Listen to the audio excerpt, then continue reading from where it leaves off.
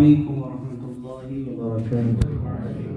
نحمده ونصلي على رسوله الكريم اما بعد فاعوذ بالله من الشيطان الرجيم. بسم الله الرحمن الرحيم. قل هو الله احد صدق الله العلي العظيم. درود شریف پڑھیں. اللهم صل على سيدنا محمد وبارك وسلم. صلاة وسلام عليك يا رسول الله صلى الله تعالى عليه وسلم.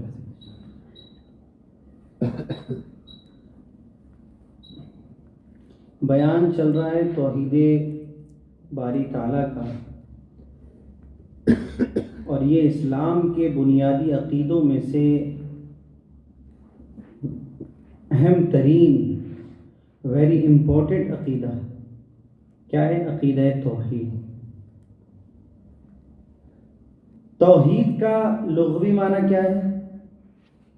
دل سے تصدیق کرنا، دل سے تصدیق کرنا، اسے یقینی طور پر ماننا، جاننا، اور زبان سے اس امر کا اقرار کرنا.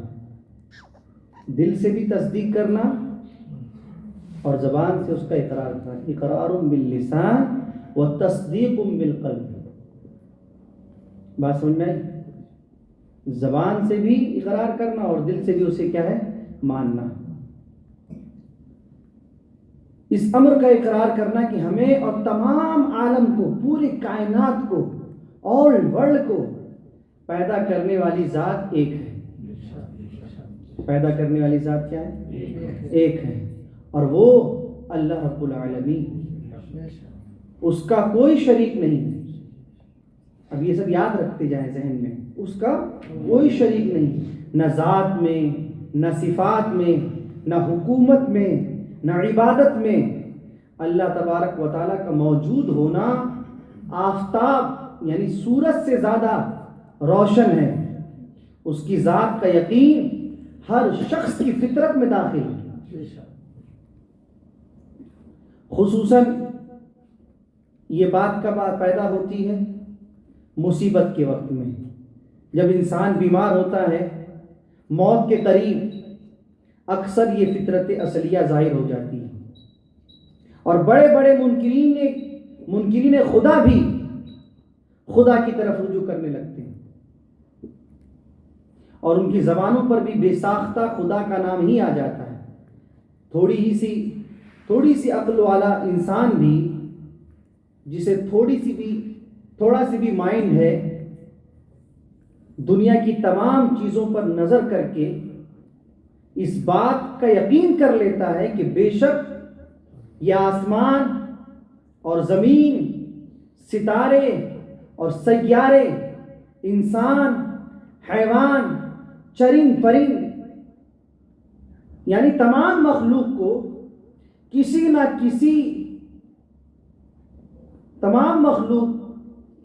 کسی کے پیدا کرنے سے پیدا ہوئی ہیں.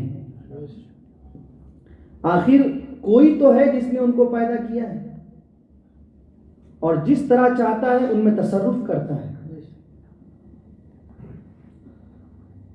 کیونکہ جب ہم کسی تخت یا کرسی یا کسی بھی چیز کو دیکھتے ہیں تو ہمارا ذہن اس بات کی طرف مائل ہوتا ہے، اور ہم اس چیز کو سمجھ جاتے ہیں کہ انہیں کسی نہ کسی کاریگر نے بنایا ہے.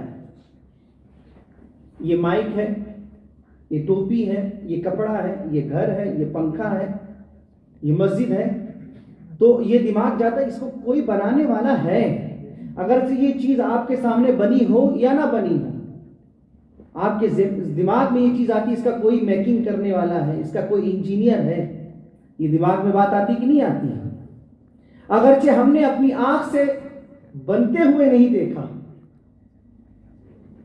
عرب کے ایک بدو نے بہت اچھی بات کہی کہ اونٹ کی مینگنی دیکھ کر اونٹ کے گزرنے کا یقین ہو جاتا ہے، کہ اس کی مینگنی دیکھ کر کے سمجھ میں آتا ہے کہ یہاں سے اونٹ گزرا ہے. بات سمجھ میں آئی؟ اور نقش قدم کو دیکھ کر چلنے والے کا ثبوت مل جاتا ہے کہ نہیں مل جاتا ہے؟ اگر پاؤں کے نشان پڑ جاتے تو معلوم ہوتا ہے کہ کوئی انسان چلا ہے. اور پہلے پرانے زمانے میں اسی کو دیکھ کر کے شناخت کی جاتی تھی، لوگ پہچانتے تھے یہاں سے کوئی گزرا ہے. اس لیے جب کوئی پیچھا کرتا تھا تو اس کے نشانات کو مٹا دیا جاتا تھا، بات سمجھ میں آئی؟ تب بھی وہ سمجھ لیتے کہ ہاں یہ نشانات تازے مٹائے گئے ہیں، ابھی تھوڑا ہی دیر ہوا ہے گزرے ہوئے، بات سمجھ میں آئی؟ اس طرح وہ اندازہ کرتے تھے۔ تو پھر ان برجوں والے آسمان اور کشادہ وسیع و عریض والی زمین کو دیکھ کر اللہ کے سامنے ہونے کا یقین کیوں کرنا ہو؟ فی الواقعی زمین و آسمان کی پیدائش، رات کا اختلاف، ستاروں کا خاص نظام، ان کی مخصوص گردش، اس بات کی کھلی ہوئی دلیلیں ہیں کہ ان کا کوئی نہ کوئی پیدا کرنے والا ضرور ہے، جو بڑی زبردست قوت و قدرت والا اور بڑا حکیم اور پاورفل اور با اختیار ہے، جس کے قبضے قدرت سے یہ چیزیں نکل نہیں سکتی۔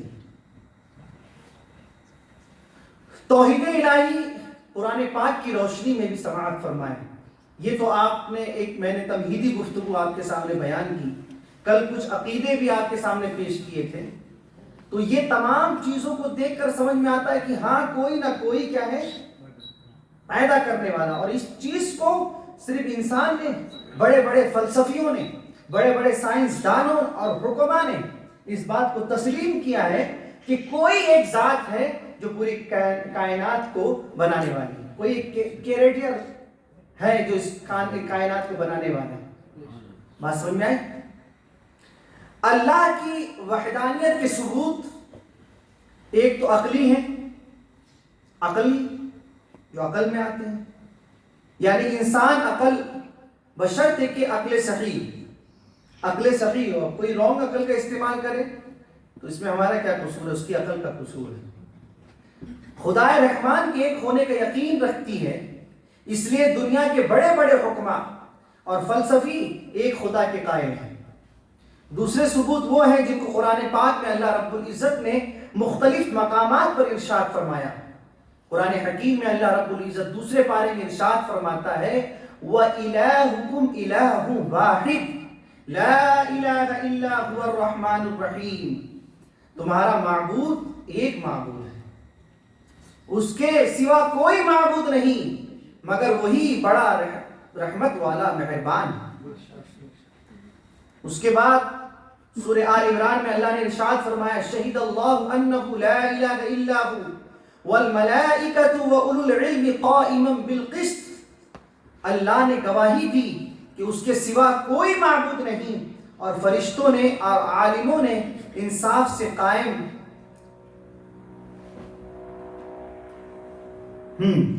انصاف سے قائم کرو، انصاف سے قائم ہو کر لو كان فيهما آلهة إلا الله لفسدتا، اگر آسمان و زمین میں اللہ کے سوا اور خدا ہوتے تو ضرور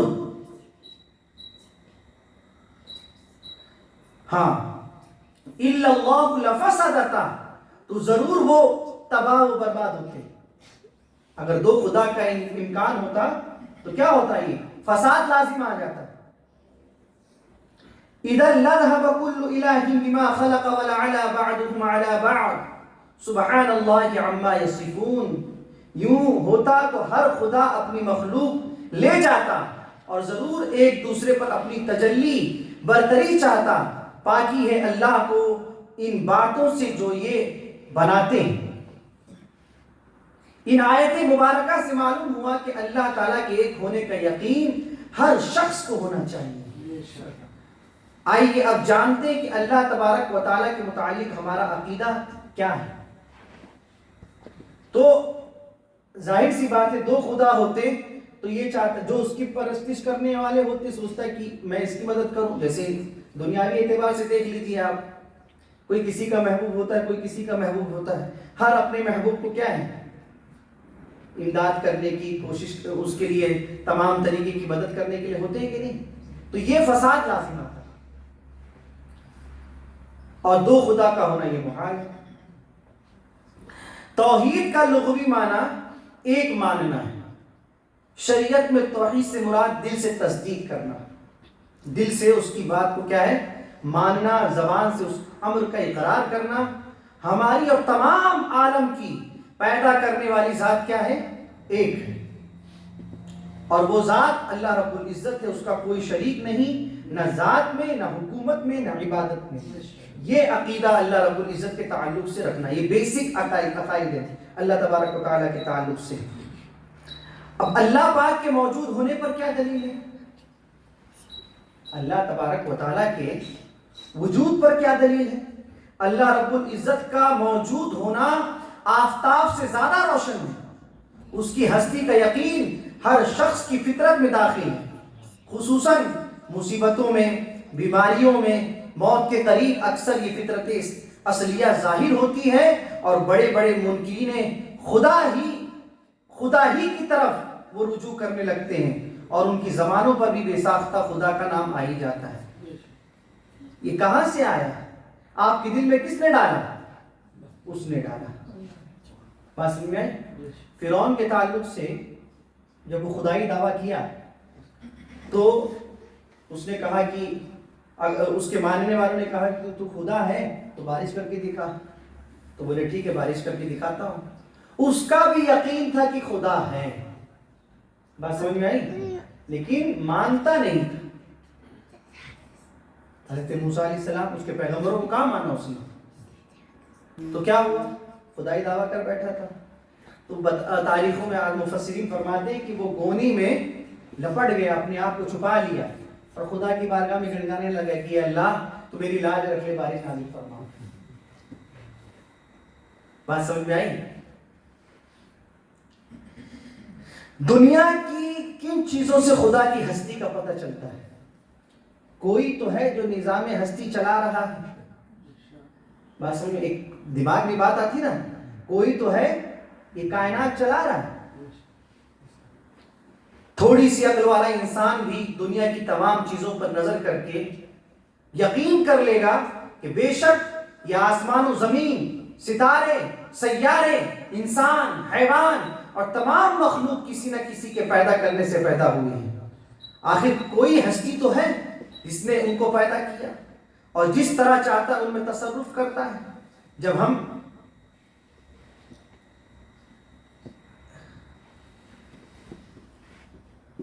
اس تعلق سے جب ہم کسی چیز پر نظر کرتے ہیں، دیکھتے ہیں، تو ہمیں یقین ہوتا ہے کہ فلاں چیز کو کوئی بنانے والا ہے۔ آخری پوائنٹ اس پر کہ کوئی تو بنانے والا ہے، جیسے یہ مائک کی مثال میں نے دی، تو ایسی زمین و آسمان کا کوئی پیدا کرنے والا ہے، ہم کو کوئی پیدا کرنے والا ہے۔ بات سمجھ میں؟ تو جیسے ہمیں اس کا علم نہیں کہ اس کو کون بنایا، لیکن بنانے والا ہے۔ اسی لیے کہا جاتا ہے کہ صانع کی تعریف مصنوع کی تعریف ہے۔ کیا مطلب؟ صانع اور مصنوع بہت گاڑا لفظ ہے، یعنی بنانے والے کی تعریف، جس چیز کی تعریف کی جا رہی ہے گویا کہ بنانے والے کی تعریف کی جا رہی ہے۔ مائک کس نے بنایا؟ بنانے والے کی تعریف۔ اور بنانے والے کو کس نے بنایا؟ اللہ نے۔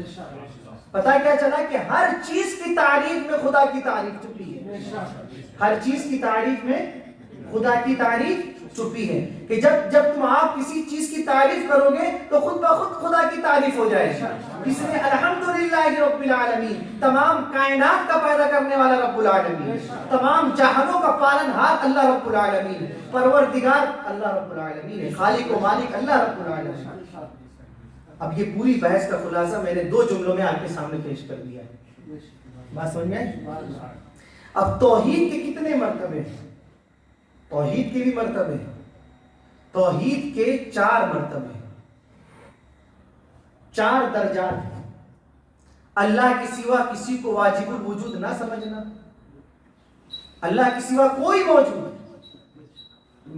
فور ایگزامپل، یہ چیز ہے، مائک ہے، ابھی ہٹا دیا جائے تو اس کا وجود ختم ہو گیا کہ نہیں ختم ہو گیا؟ ہم ہیں، کچھ سال کی زندگی یہ چلے گئے، ہمارا وجود ختم ہو گیا کہ نہیں؟ ہمارا وجود وقتی طور پر ہے، اور وہ واجب الوجود، اس کا وہ قدیم ہے، ازلی اور ابدی ہے۔ یعنی ہمیشہ سے اور ہمیشہ رہے گا. ہر چیز فنا ہو جائے گی، اس کی ذات فنا ہونے والی نہیں ہے. قرآن پاک میں اللہ نے ارشاد فرمایا وَيَبْقَى وَجْهُ رَبِّكَ ذُو الْجَلَالِ وَالْإِكْرَامِ. ہر چیز فنا ہو جائے گی، باقی رہنے والی ذات اللہ رب العزت کی ہے.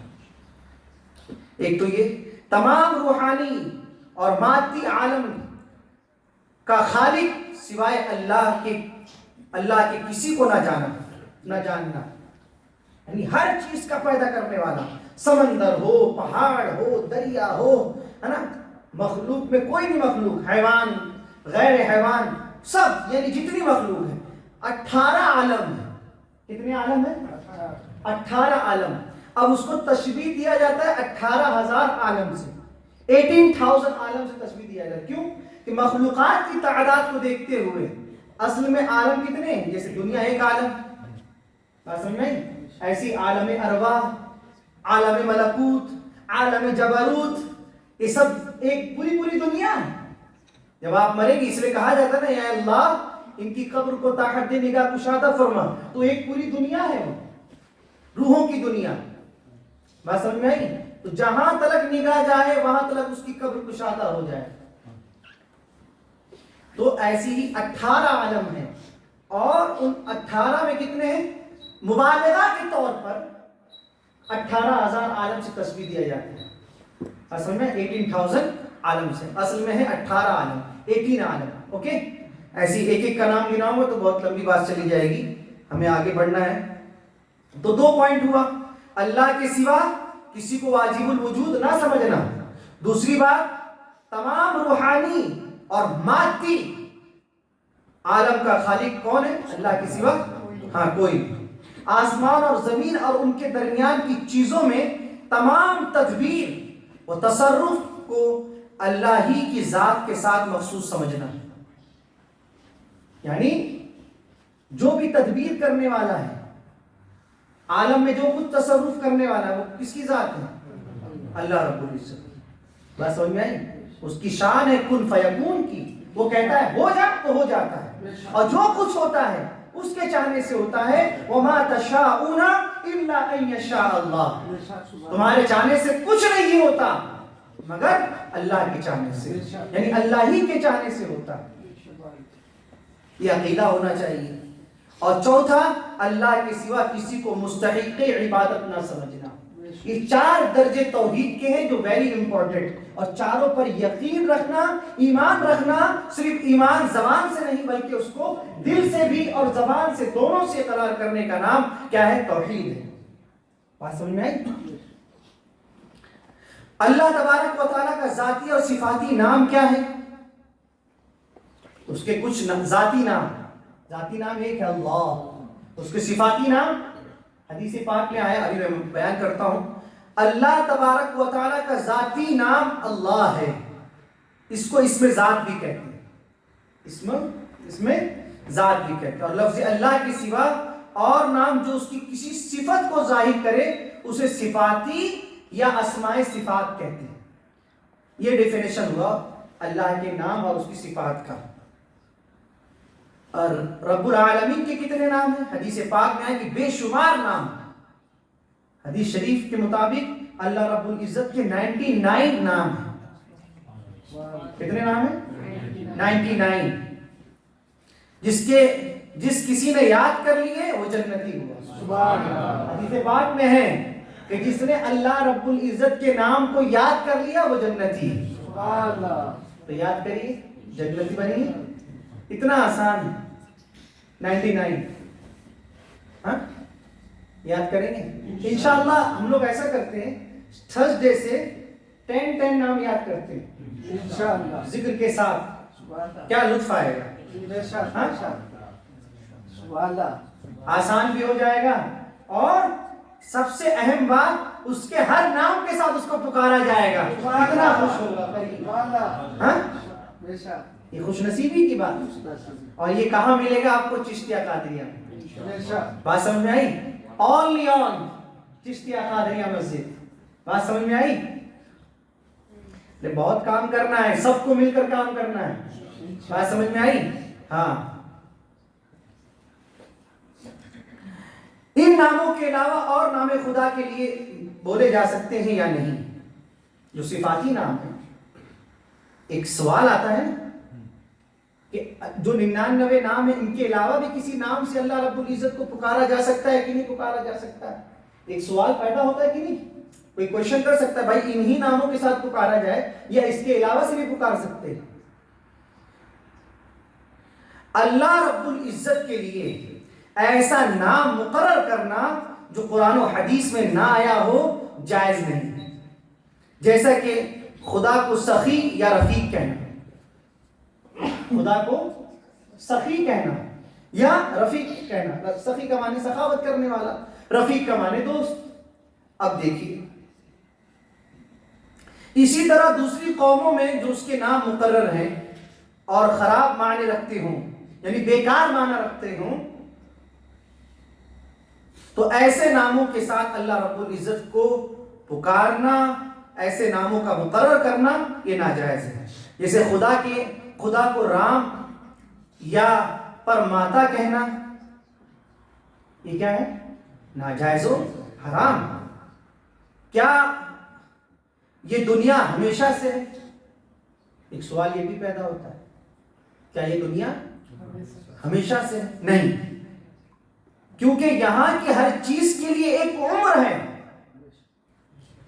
ایک ٹائم ہے. پہلے وہ پیدا ہوتی ہے اور جب تک اس کی عمر باقی ہے رہتی ہے، پھر فنا ہو جاتی ہے. انسان ہے ایک ٹائم تک 60 70 نہ جانے کتنی عمر ہے ہماری. اللہ رب العزت ہماری عمر میں برکت دے تاکہ اس کی دین کی خدمت کر سکیں. عمر طویل دے ہم سب کو، عمر خضر عطا فرمائے، اس لیے تاکہ اس کی دین کی اشاعت کریں. بات سمجھ میں آئے؟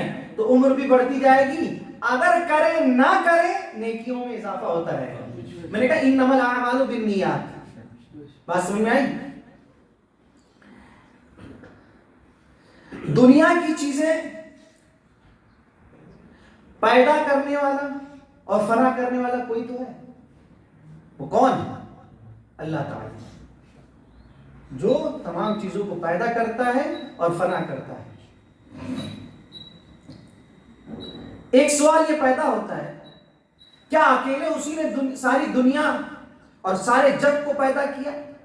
اس کے ساتھ بھی کوئی شریک ہے؟ کوئی اس کا شریک نہیں. لا شریک لہ، اس کا کوئی شریک نہیں. سب اس کے بندے اور اس کے پیدا کیے ہوئے ہیں. وہ اکیلا تنہا تمام جہان کا پیدا کرنے والا ہے. اس کی قدرت والا، کوئی ذرہ اس کے حکم کے بغیر نہیں ہل سکتا. بات سمجھ میں؟ ایک اور اس میں کئی لوگوں کا رد آ رہا ہے، کیا ماں باپ سے بڑھ کر اللہ رب العزت مہربان ہے؟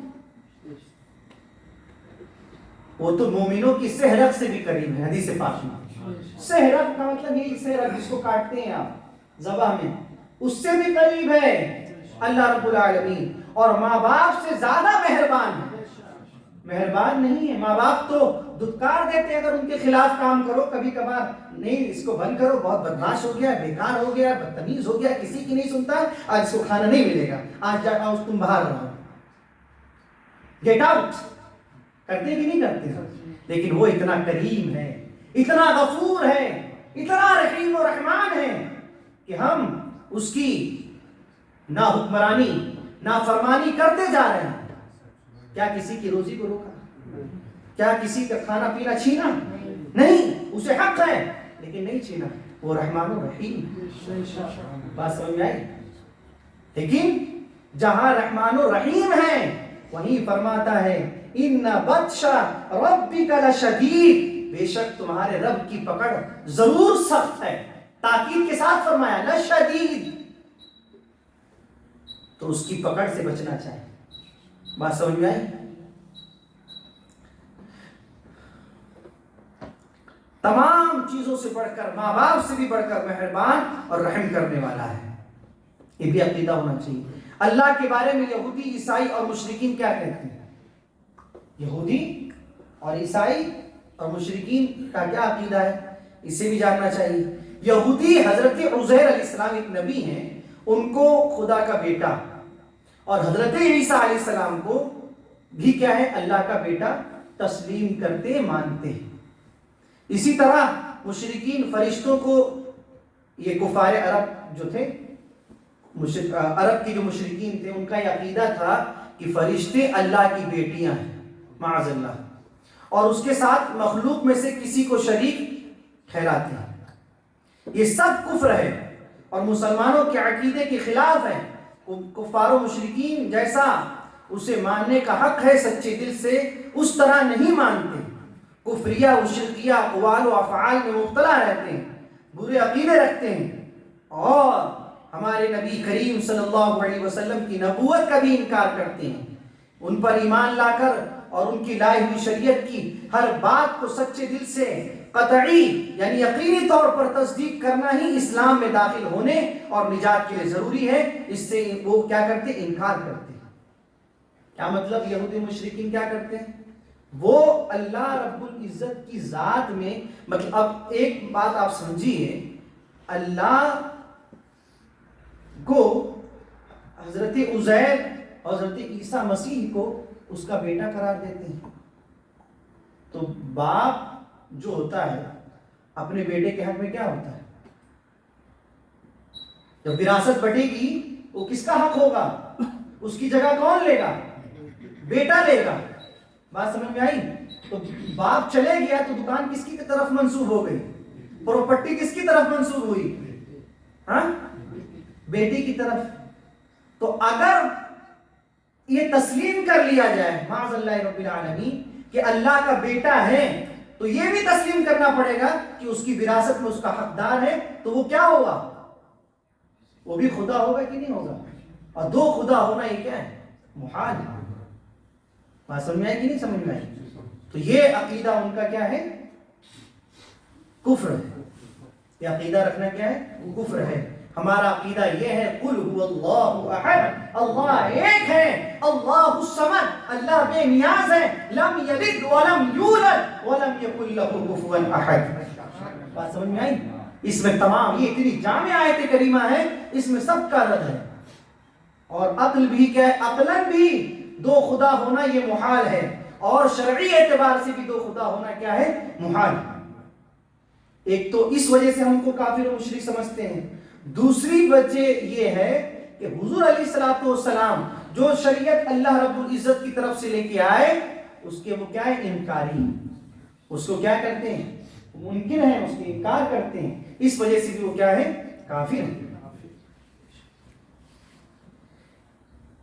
اب آخری عقیدہ، ایک بات یہ بھی پیدا ہوتی ہے کہ ہم اللہ کی عبادت کیوں کرتے ہیں؟ یہ معلوم ہونا چاہیے نا، ہم اللہ کی عبادت کیوں کرتے ہیں؟ اللہ کے سوا کوئی عبادت کے لائق نہیں. اس کی نعمتیں اور اس کے احسان بے انتہا ہیں. اس کی ذات ہی اس بات کی مستحق ہے کہ اس کی عبادت کی جائے. وہ عالمین کا رب ہے، سارے عالم کا خالق و مالک ہے، وہی عبادت کے لائق ہے. اس کے سوا کوئی عبادت کے لائق نہیں. فور ایگزامپل، ایک غریب لڑکا تھا، اپنی اولاد کو چھوڑ دیجیے، ایک غریب لڑکا تھا، آپ نے اس کی بڑی جو ہے خاطرداری کی. بات سمجھ میں آئی؟ اس کو پالا پوسا، پڑھایا لکھایا. اب اس کو کیا کیا؟ اپنے ساتھ رکھا. تو اب اس سے سوال کریں گے تو اس کو کیوں اتنا مانتا ہے؟ تیرا باپ بھی نہیں، تیرا چاچا بھی نہیں ہے، تیرا ماموں بھی نہیں ہے. وہ کیا کہتا ہے؟ ارے بھائی کہ مجھ پر ایسے احسانات ہیں کہ میرے باپ بھی رہتے تو شاید اس طرح میرے ساتھ خدمت نہیں کرتے، اس وجہ سے میں اس کو مانتا ہوں. تو میں کیوں نہ اس پروردگار کی عبادت کروں جو سارے کائنات کو پیدا کرنے والا ہے، جو مالک و ملک، جو تمام کائنات کا پیدا کرنے والا ہے، جو زمین و آسمان کا پیدا کرنے والا ہے، جو سبز و سادات کو پیدا کرنے والا ہے، جو پانی برسانے والا ہے. بات سمجھ میں آئی؟ جو بیمار ہو تو شفا دینے والا ہے. اس کائنات کی کیوں میں نہیں کیا ہے عبادت کروں؟ تو وہی عبادت کے مستحق ہے، وہی عبادت کا مستحق ہے، اسی کی عبادت کی جائے گی اور کسی کی عبادت نہیں کی جائے گی۔ وَإِلَٰهُكُمْ إِلَٰهٌ وَاحِدٌ، تمہارا معبود ایک معبود ہے۔ الحمدللہ رب العالمین، تمام جہانوں کا پروردگار اللہ رب العالمین ہے۔ قُلْ هُوَ اللَّهُ أَحَدٌ، اے محبوب آپ فرما دیجئے خدا ایک ہے، لا شریک لہ، اس کا کوئی شریک نہیں ہے۔ وَمَا عَلَيْنَا إِلَّا الْبَلَاغُ،